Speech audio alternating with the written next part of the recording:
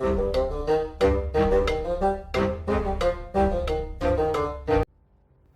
you a fan of Arthurian legend? Well, Tainted Grail, Fall of Avalon has released, and it brings with it a pretty interesting story. Hello and welcome to the Criticulus. I'm the Monk, and today, yes, we are reviewing Tainted Grail, Fall of Avalon. Now, for anyone that is familiar on the channel or that saw yesterday's video, this game is not like Tainted Grail Conquest. Many of you may be very familiar with the name. They may be coming because of the previous game.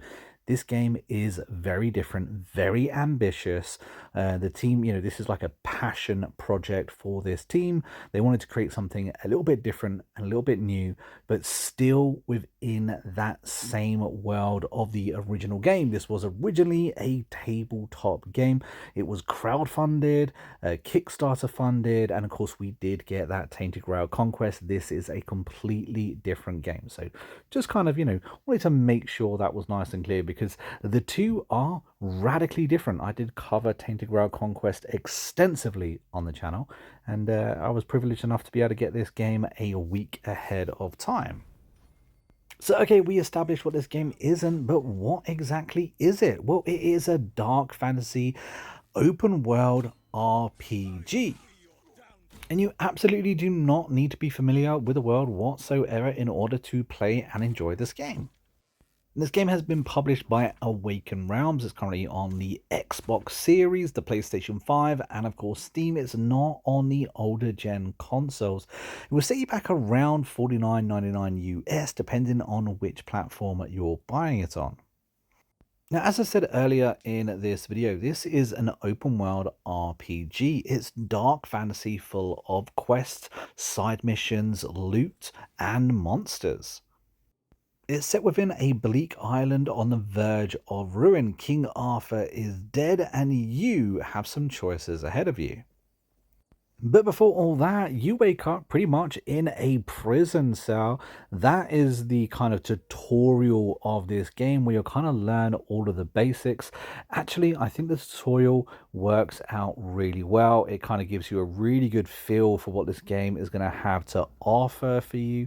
So I really did enjoy the tutorial here. The story is it's one to get your head around, especially if you're not familiar with Tainted Grail. There are some really interesting design ideas when it comes to big baddies that you're going to be facing as well. There's some gruesome, twisted guys that you're going to be coming up against, which I did think was really cool, and that was kind of like shown to you right in that early stage of the game as well.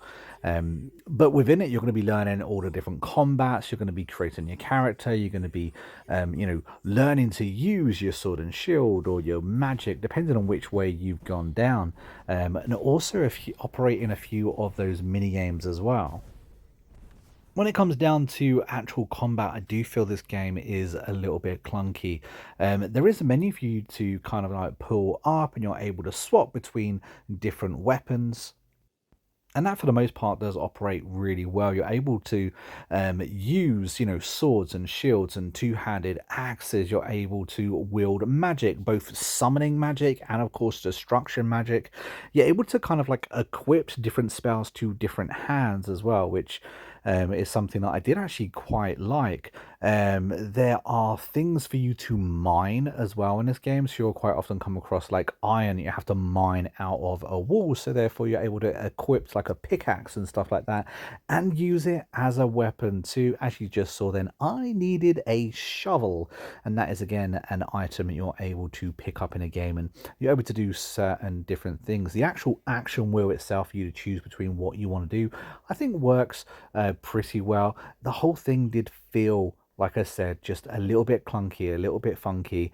And graphically, on horseback, the game is not forgiving at all.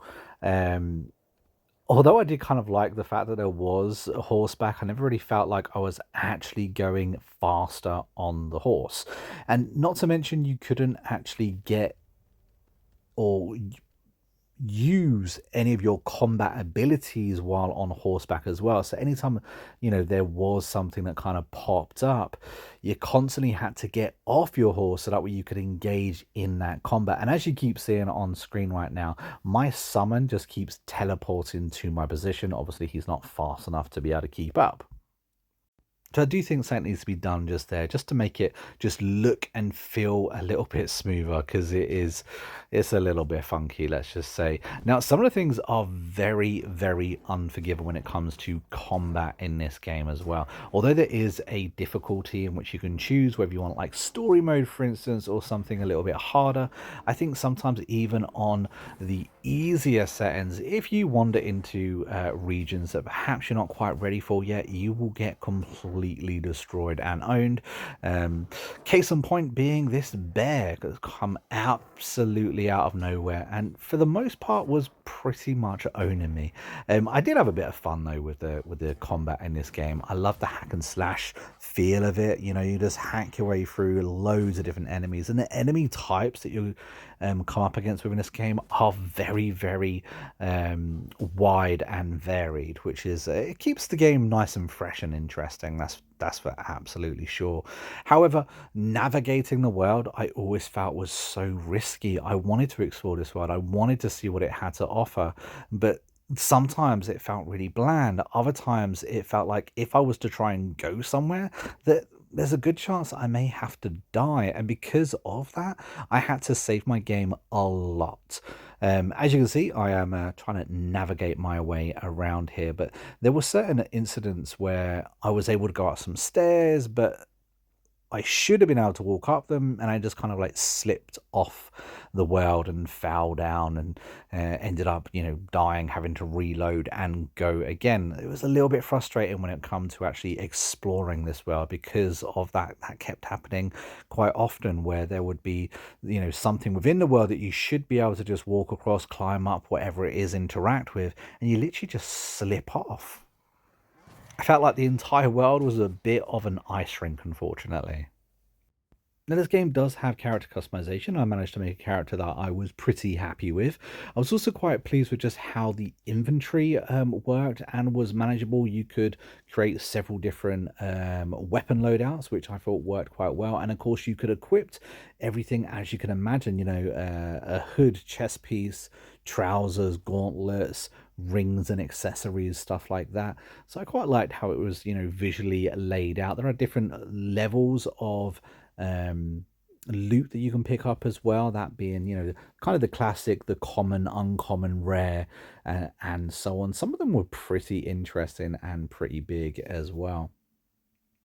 The game also has a pretty deep leveling guide. When you set up a campfire, able to actually level up and assign your points. You've got attribute points, so you're able to kind of, pop wherever it is you want. You're able to also learn different skills as well. So that way, if you have a certain way in which you would like to play this game, you're absolutely able to do that. Whether that be like, for instance, magic or melee weapons, maybe you want a little bit more health or something like that, you're able to have quite a lot of player agency over how you want your character to grow, which I absolutely loved. You also have the old school kind of lockpicking games in this as well. Again, really loved it. It worked really well. It's very familiar, especially for all those that are familiar with the older RPGs. It works pretty much exactly the same.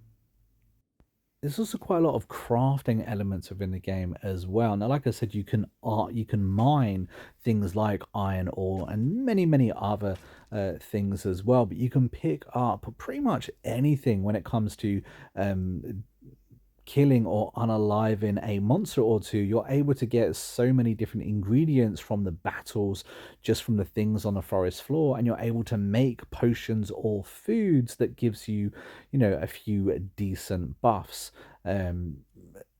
At the beginning, you're not actually going to know any of these kind of like recipes and how to make whatever is you're trying to make, but you are able to learn recipes as time goes on, as you know, explore this world.